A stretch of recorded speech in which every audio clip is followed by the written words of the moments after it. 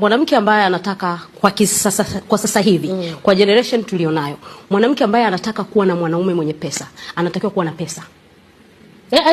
Rudia dada, rudia. Mwanamke ama binti yoyote ambaye anataka kuja kuwa na mwanaume mwenye pesa katika maisha yake, ahakikishe anakuwa na pesa. You can't meet your rich husband kwenye daladala za Mbagala rangi 3. Tukiwa tunarudi Dutse. Yaani nakwambia, wakati najiambia pia, huwezi kupata maisha unayoyataka kama wewe mwenyewe huna nguvu ya kuanza kuyapambania. Hakuna kitu kinaitwa bahati. Hakuna. Mimi I don't believe in bahati. Labda kwa sababu sijawahi kubahatika. Lakini mimi siamini kwenye bahati. Na kila unachokiamini ni bahati kilichopatikana kwa uvivu, huwa kina gharama ya kulipa.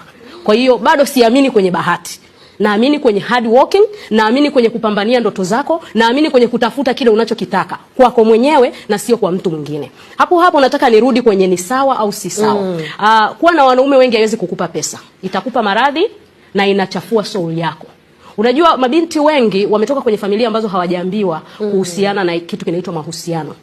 Kwa hiyo wao wenyewe hawana mahusiano binafsi yale nilotoka kuyazungumzia mwanzo. Hivyo anapoingia duniani na kukutana na mabinti wenye wanaume 4, 5, 6, 7 na wanawaaminisha kwamba hii lifestyle inaweza ikakupa vitu ambavyo wewe huwezi kuvipata ukiwa uko single ama ukiwa uko na mwanaume mmoja, wanakupotosha kwa sababu hiyo kazi sio kwa ajili ya kila mtu. Hiyo ni kazi ya kukana utu wako, ya kukana future yako na ya kujikana wewe mwenyewe.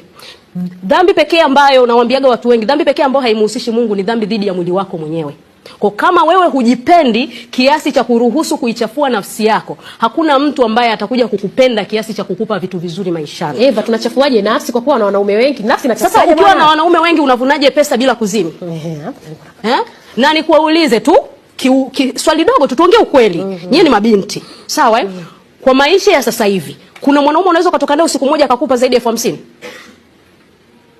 Kwa maisha tulionayo sasa hivi hayupo.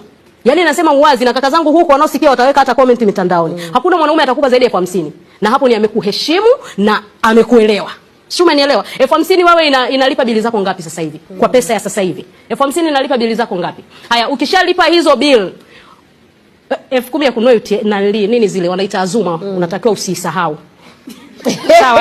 Kwa kwenye 50,000 unatoa 10,000 ya Azuma, unabaki na shilingi 40,000. 40,000 ukisema ubolti tu kutoka hapa kurudi chuo, 12,000, 15,000 imeenda.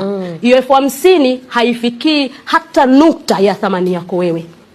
Hata ukipewa sasa hivi 1,000,000 na mwanaume, kwa thamani yako wewe haifikii hata nukta.